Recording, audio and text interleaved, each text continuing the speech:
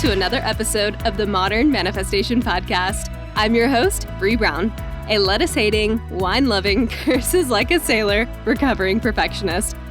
Having thrived in a male-dominated, commission-based industry, I'm passionate about helping women boldly pursue their life goals. In this space, we build confidence with our mindset, manifestation, and spirituality. I believe that your life manifests as a result of who you are, not what you do, and that your personality creates your personal reality. Join this growing community to increase your net worth by increasing your self-worth. Now let's jump into today's topic.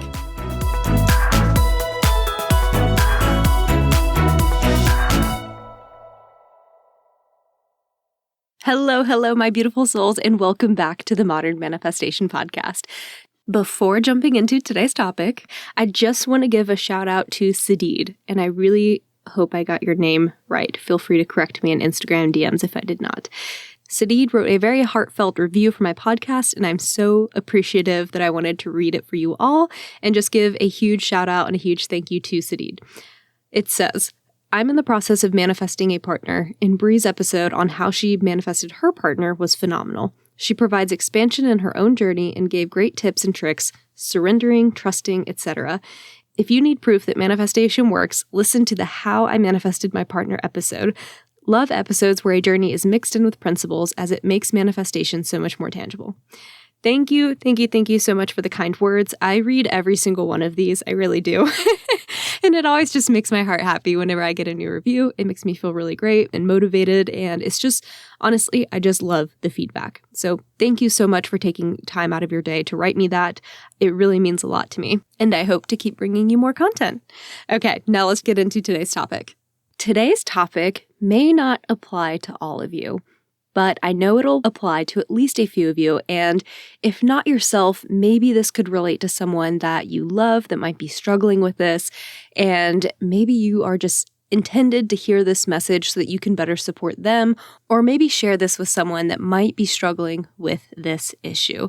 And as I talked about in one of the last few episodes, I really want to bring to you guys things that I am actively working on. And this is one of those things for me. This is an active lesson that I am trying to incorporate into my life this year, if it's not the biggest lesson that I have tried to, or that I'm working to integrate into my life right now.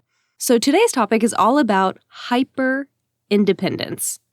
Not independence, but hyper-independence. And this is something that's been, as I said, it's a lesson that I've really been learning a lot about over the past year. But today I was scrolling Instagram, and the same quote kept coming across my Instagram multiple times this past week. But today it registered, right? Like you finally read it for like the third, fourth, fifth time. And the quote said something along the lines of, hyper-independence is a trauma response that happens when people continuously didn't meet your needs or somehow broke your trust in the past. Probably when you were a kid, but sometimes when you're a young adult too. And this hyper-independence is something that I'm super guilty of doing within my relationships. Not just with Evan, but with friends, with coworkers, you name it. It's this idea that you don't need anybody else. That you must do everything yourself. That other people won't show up for you, or they won't do it right. Or I usually joke around with Evan and say something like, I don't need no man. I would be perfectly fine on my own. There's an element to truth of that, right? We're all independent women that trying to strive for our own success. But there's also this lack of vulnerability to that sense of armor with that sort of hyper-independence. So I'm talking about this hyper-independence as armor, as protection, as a survival mechanism. That energy. And I'm not talking about the little stuff like, can you ask someone at the grocery store what aisle you can find ketchup on? Or can you ask for directions, right? Not that minor stuff. I'm talking about the bigger stuff. Things like asking your partner for help. Asking a friend for support when you're feeling depressed. Asking a coworker to help take things off your plate when you're feeling overwhelmed. Being able to delegate. Being able to be a little bit more vulnerable and say, I don't have to do it all. I don't have to carry the burden of everything. I don't need to prove to anyone that I'm worthy by trying to do it all on my own. That's what we're talking about. We're talking about that more vulnerable side of this independence. It's also not to be confused with confidence or self-drive or self-motivation or ability to do things for yourself. That's very separate, right? I think independence is adaptive. It's healthy. I want all of us to be independent. Hyper-independence is the maladaptive form of that. And that's where I found myself in. And that's why I want to talk about this today. Hyper-independence is when you are not open to receiving, to being vulnerable, when you do not feel safe receiving the big stuff. It's a trauma response that happens when you learned, or when you had to learn, that people would let you down, people would fail you. The people you were supposed to be able to trust wouldn't show up for you. You had to figure things out on your own. It's when your trust in other people was broken by those who are supposed to be a safe space for you. It's a reaction to all of that. So this armor has protected us. It has done a great job of sheltering us from more disappointment and further pain. But it's also caused us to hold it all in, to brace ourselves.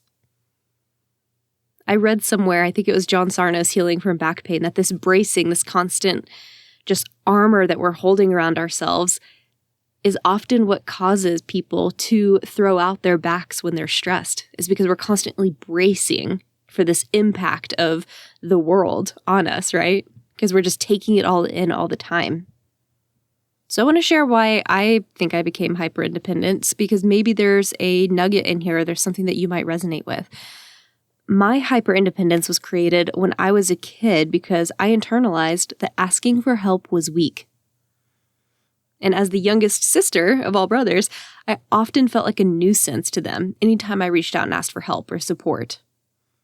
And if I asked my parents for help, they were often too busy. So I just felt like this annoying person that was just always around, that was constantly inconvenient for everyone. So I internalized that I needed to solve my own problems. I needed to be self-sufficient. And then I also watched my parents hold in their emotions and bite their tongues and never ask each other for help. And they just constantly complained, hoping that someone would eventually pick up on their hints, never effectively communicating. And then shockingly, right, eventually one of my parents would explode in a massive tantrum. They'd punch the wall, they'd slam doors, they'd leave the house for hours, they wouldn't talk to each other, the silent treatment. It was just, an explosion would take form in some way. And never knowing when these explosions would occur or would be set off, it had us kind of walking on eggshells. So then you didn't want to ask for help because you just weren't really sure what mood they were in. You weren't sure if you were going to trigger a response or an explosion. So that's my experience, and maybe there's something in there that you might resonate with. Sometimes we become super self-sufficient, self-reliant, because we don't want to be another issue to be dealt with. Or we want to maintain control over our circumstances. For me, it's that I wanted to prove that I could take care of myself. Because in the few times when I did ask for help and my family responded, I found my trust shattered in most situations. So I finally just stopped asking. It was too disappointing to put yourself out there and then not get your needs met. Or maybe get it met in one way, but then your trust shattered in another. And you know what they say, you bring your childhood trauma into your relationships as an adult. So I have not been great about asking Evan for help, or my friends, or my coworkers, or people in my volunteer committees. I've tried to do it all to my own detriment. And it's caused me to be in a perpetual cycle of burnout.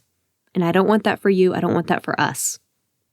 So I share this with you today because I am just feeling called to share this message about learning to ask for help, being open to receiving. I love being an independent woman. I love being self-reliant. I love being self-motivated. And this is still my biggest lesson this year. Learning to receive, learning to ask for help, even if I don't need it. Asterisk, need it. Learning to ask for help simply because it would be nice, because I want it, because it would make things a little easier, because I don't have to do it all. There is a certain vulnerability in asking for this help, because the other person could reject us. We might not have our needs met again, our trust might be broken again. There's vulnerability in taking down our armor, taking off our protection, and putting ourselves out there. Kind of feels like you're taking your heart out and putting it in your hand and holding it out to someone and hoping they don't stab it. I laugh when my own metaphors get a little grotesque. When you were in survival mode, you may have had to solve a lot of life's problems on your own. But it's now safe to step into vulnerability and to shed these survival mechanisms, to practice being open to receiving from other people, from your dog, from your spirit guides, from the universe. We can't expect to manifest the things we want if we're not open to the receiving, if we're not open to asking for help from the universe. It's a big part of it is asking for help. If you're not having a need met, ask for help. Even if it's to your higher self, even if it's to the universe, or whatever version of a God you believe in. Become comfortable asking for help for the big stuff too. And this year I've been really trying to work on my relationship with my guides and my spirituality in general. And this is actually something I haven't talked about on the podcast yet. And I've also, honestly, I didn't think I was going to talk about it in this episode either. But here we go. We're talking about hyper-independence, and it just reminded me of this story. So screw it. It's a safe space. We're going to talk about it.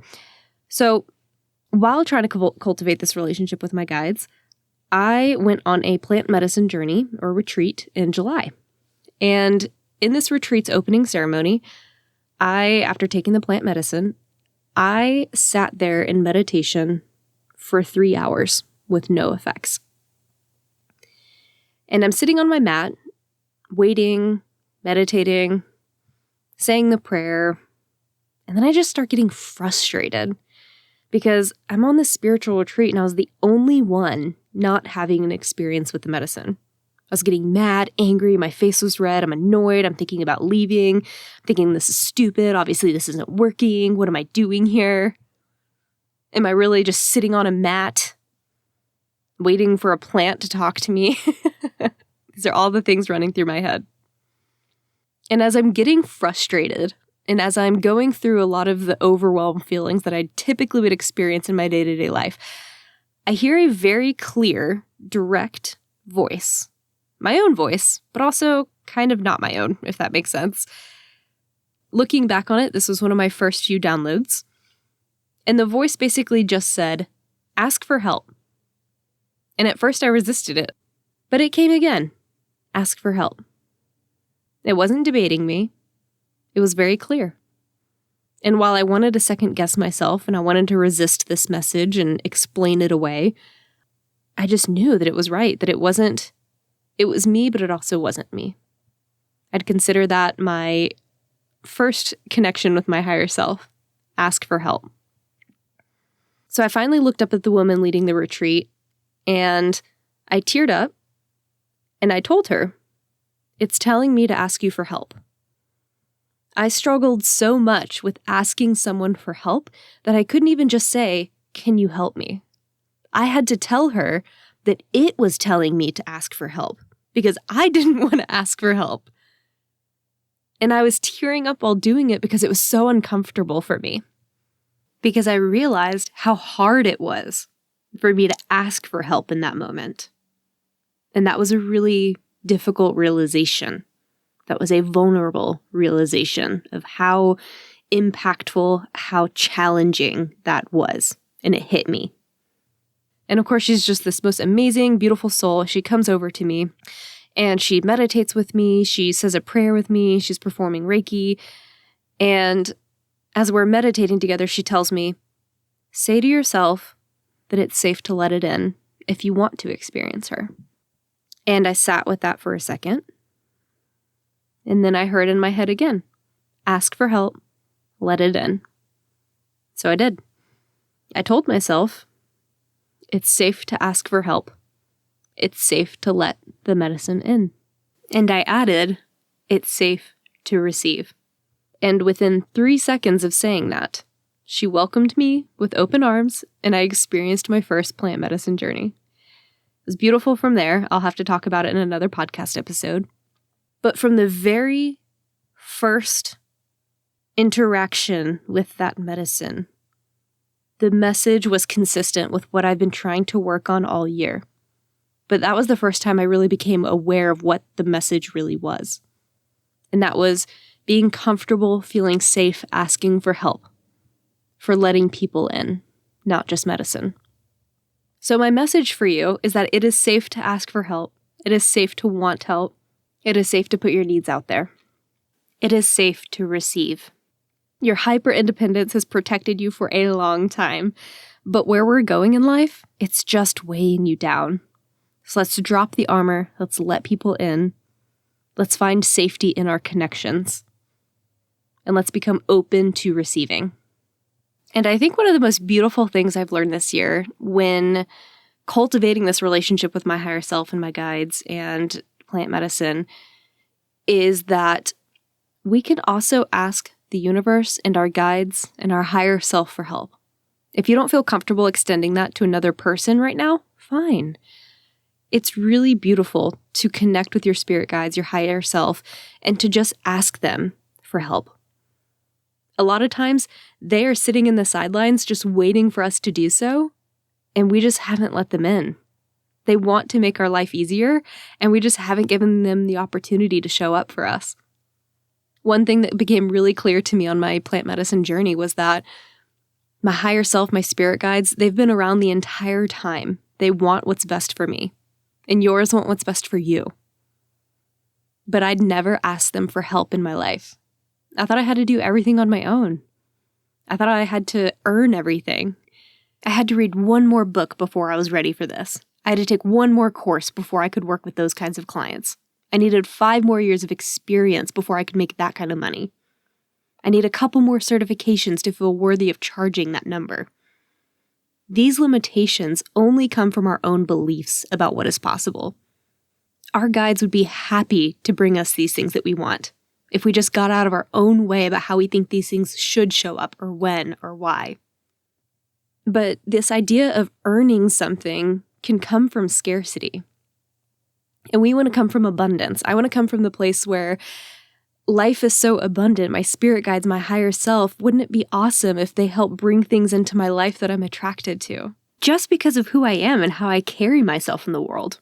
Not because of the things I've achieved or learned or the accolades I've accumulated to feel more worthy. Only we place these kinds of limits on ourselves. Our guides are ready to say yes as long as it serves our highest good. Wouldn't it be awesome if I just asked them for help and they show up in beautiful, magnificent ways and deliver something that feels effortless within my life that I've always wanted? That feels so much better. That energy just feels so light and fun and whimsical. And a lot of times we've just blocked ourselves off to it. So this idea of hyper-independence, I think it's beautiful to not only ask for help from those around you, but also asking help spiritually. Asking your guides to show up for you in your life. Asking them to come into any facet of your life where they think they can make a change, they can make a difference, and that will bring you closer into alignment with your higher self.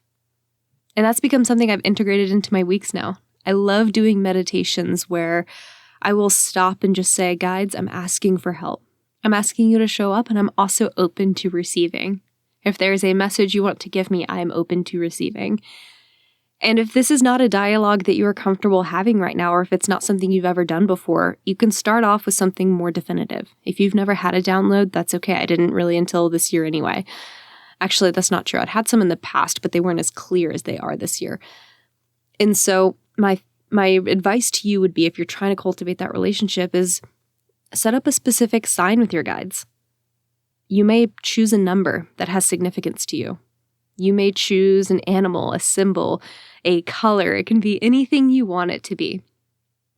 You know, you can set boundaries with your spirit guides and your higher self too. And the boundary, and maybe not even a boundary, it's more like a rule, or it's just effective communication. Hey, if I'm on the right path, it would be great if you show me the number 444. Or if I'm heading towards something that is expansive and it's something that you want me to jump on top of, show me a giraffe. You know, I have a friend that has an owl. I have another friend that looks for snakes. I have another one that looks for a beetle. Oddly enough, one of my numbers is 619. I think I talked about that in a previous podcast. You can set the form of communication. You can define the form of communication. You can define how you will receive messages from them if that makes it easier for you. You may just want to be like, nope, I'm open to receiving. Shout into my head what I need to know. And I'll have to talk about downloads in another episode because I think that's a really important process too. But that's what I think is so beautiful about this idea of letting go of hyper-independence and just being comfortable asking for help in every facet of your life, because you don't have to do anything alone. You don't have to manifest alone. You don't have to find success in your career alone. You don't have to find romance alone. Your spirit guides and your higher self, they're your besties. They're always out there looking out for you and trying to bring you into alignment with your highest and best good. Just let them. Just be open to them. And if you need to establish clear communication with them, then do so. And you can even ask them for help in learning to communicate with them. In fact, a lot of times, our guides have been trying to connect with us for years, and we just haven't noticed their messages. So things like synchronicities and coincidences and angel numbers, which are repeating numbers, I believe that all of these are different methods that our guides have tried to use to get our attention, to communicate with us. But we haven't always known to pick up on them. And now you do. There is no limit to the help that you can ask from your guides. And I think that's really beautiful. So I don't know if this podcast episode was more for you or it was for me. I feel like a big part of this episode was just like Spirit wanting to remind me of these lessons that I've learned. And earlier this week, I was honestly not asking for help when I should have. And then I threw out my back within an hour. And as I was reflecting back on it, I was like, well, there it goes. The lesson I was meant to learn this week was that there was a prime example of when I've been trying to work on this lesson all year long, being better, asking for help. And then I found myself slipping into old habits. And then what happens? I slip literally my back out. So take it or leave it. It's not as bad as it's been in the past. So I'm going to take that as a blessing. I feel like this was more of like a warning nudge.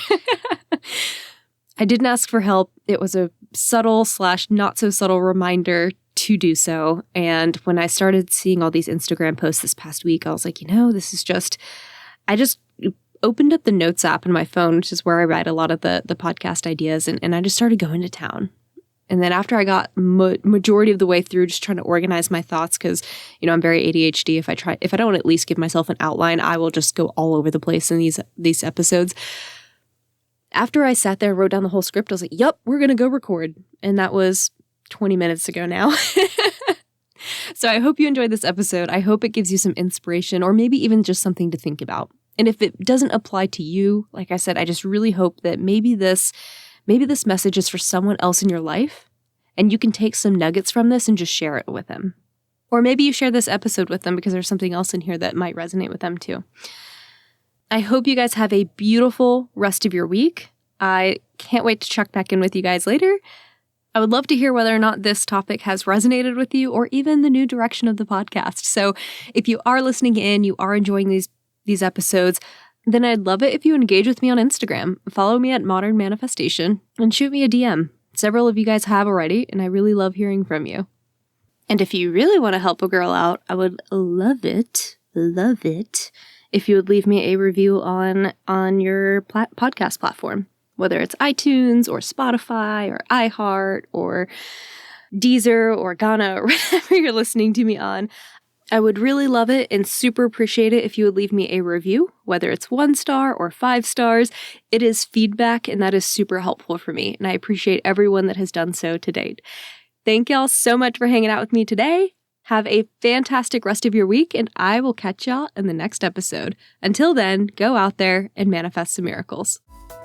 I hope y'all enjoyed today's episode. If you want to check out the show notes, head over to www.themodernmanifestation.com/blog. If you're loving this podcast, please drop me a review, share this episode with a loved one, and follow me on Instagram at Modern Manifestation. I love y'all so much, and thanks for listening.